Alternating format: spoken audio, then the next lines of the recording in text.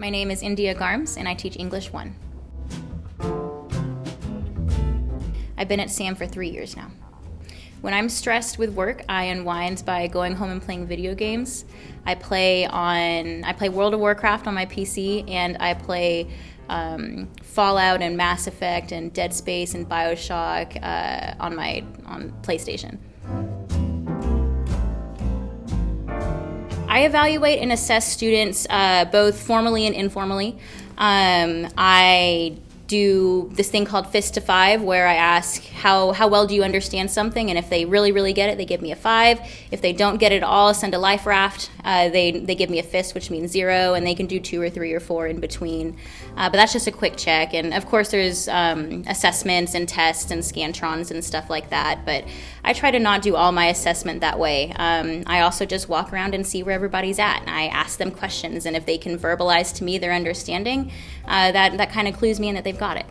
My favorite quote is something that my dad told me over and over and over growing up.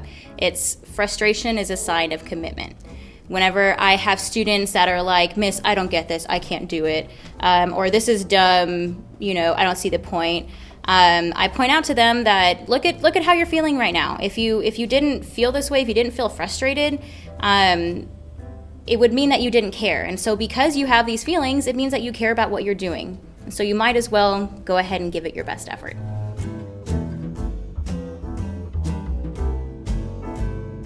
My favorite book at the moment is tied between the one that I'm reading right now, which is Silence of the Lambs by Thomas Harris, which is about Hannibal Lecter, and The Handmaid's Tale by Margaret Atwood, which was just fantastic. I've got a pin that goes with it on my lanyard. It is so inspirational for me, but is also a cautionary tale. There's so much to pull out of that book. It's absolutely one of my favorites.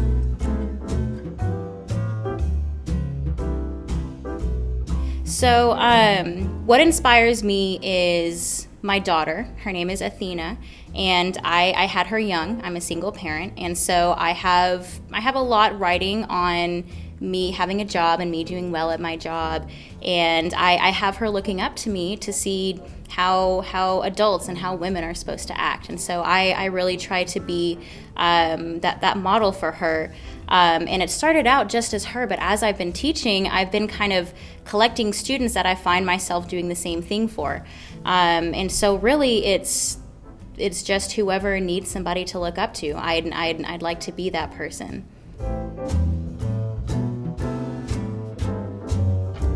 I love working at Sam Houston, and I am so proud to be here. I'm so glad that Sam Houston was the first school and the only school that I've taught at so far. Go Texans!